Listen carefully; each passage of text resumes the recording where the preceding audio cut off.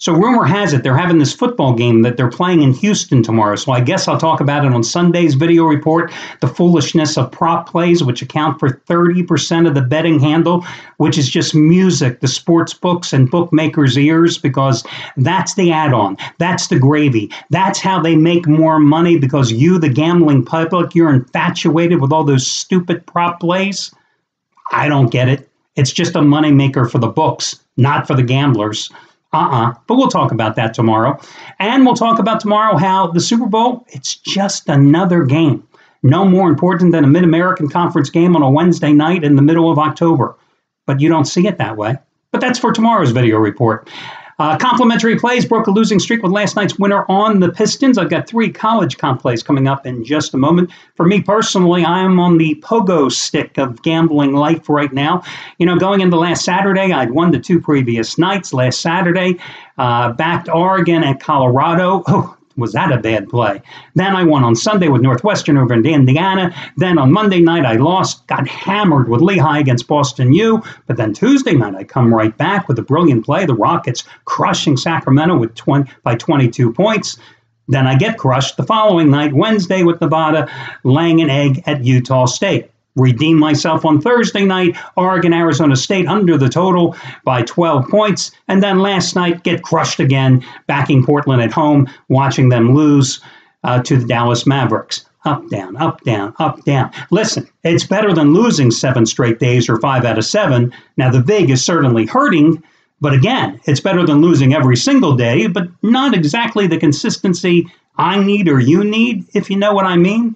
So I look to get back on track today with my best bet, which is going to be on the Xavier Creighton game. And let's talk a little college basketball here. And I'll run these plays in reverse chronological order. I like Cincinnati today, minus the 12.5 at home against Connecticut. Now, 11 of these last 12 meetings have pretty much gone down to the wire as they've been decided by 7 points or less. And the 2 teams have split these 12 meetings. The last 12, 6 up, 6 down. The Bearcats coming off one of their worst games of the season, 57-55. They were lucky to escape at Tulsa. They had to close the game on a 12-1 run. And a team that's very physical and a very good rebounding team actually got hammered on the boards in that one. The Golden Hurricane out-rebounded the Bearcats 38-28. But they're back at home where they crushed South Florida, which anybody can do really, 98-55 or 94-53 in their last home game. And before that, they had a big second half rally in the crosstown shootout to take care of business against Xavier, 86-78. Overall, Mick Cronin's team has won 13 consecutive games. Now, UConn has won 3 straight. But listen, they're only 1-5 in their last 6 on the road. They won their last game on the road, 81-60 at South Florida. Again, the Bulls, a horrendous team. Otherwise, this is a team that lost by 20 points at SMU. I went against them that night, took SMU as a 15-dime best bet in that one. They lost by 3 at Georgetown in a non-conference tilt. They lost by 9 at Memphis. They lost by 2 at Tulsa. They lost by 4 at Ohio State. So this is not a good pedigreed team, the Huskies, in terms of playing on the road. And I think Cincinnati bounces back here today, because the other thing they have to realize, they only scored 57 points at Tulsa. This is the highest scoring, most productive offensive team that Mick Cronin has had during his tenure at Cincinnati, as the Bearcats generally average in the mid-70s. I think they get their offensive mojo back here today, and I think they tighten up the screws defensively, and they take care of Cincinnati. Because, again, SMU, a team that went right down to the wire with Cincinnati earlier this season, about a month and a half ago, they beat Connecticut by 20 in Dallas, and I think Cincinnati can certainly get the cover, laying the 12.5 here at home in this one. Now, I think the best game on today's board is going to be the Arizona contest against Oregon. And how fitting is this? The last time that Oregon lost at home, they've won 39 straight games at the Matthew Knight Arena, was to Arizona back in January of 2015.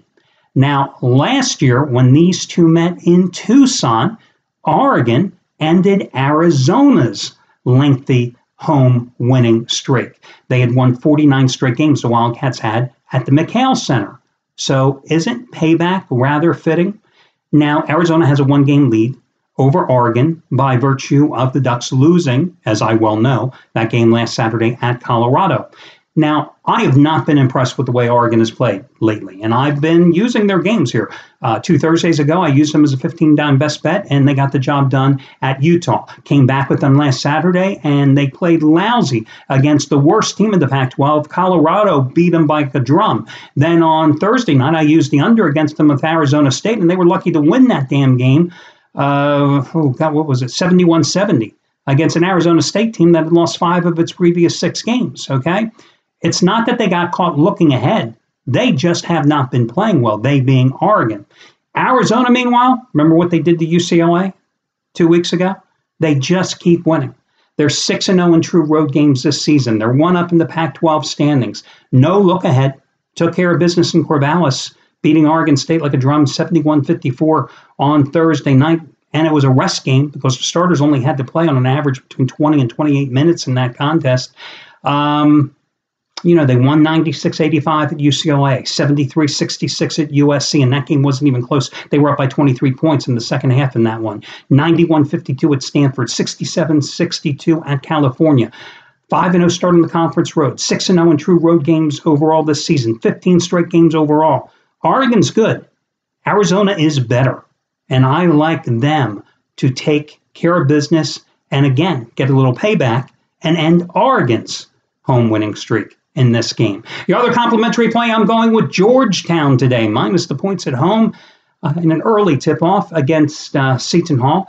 Hoyas made a little bit of a run here. They won 3 straight. They're coming off a win at the Ball, 76-73, but the big win was when they upset Butler on the road at the Hinkle Fieldhouse, 85-81, and they stopped Creighton at home, 75-71. This after losing 6 of their previous 8 games.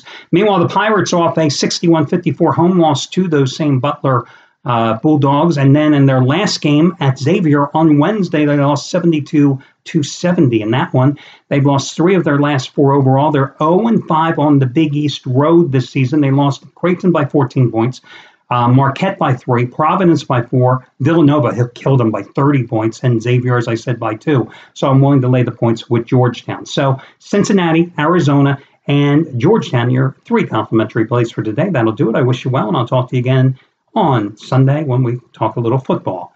Good luck, everybody.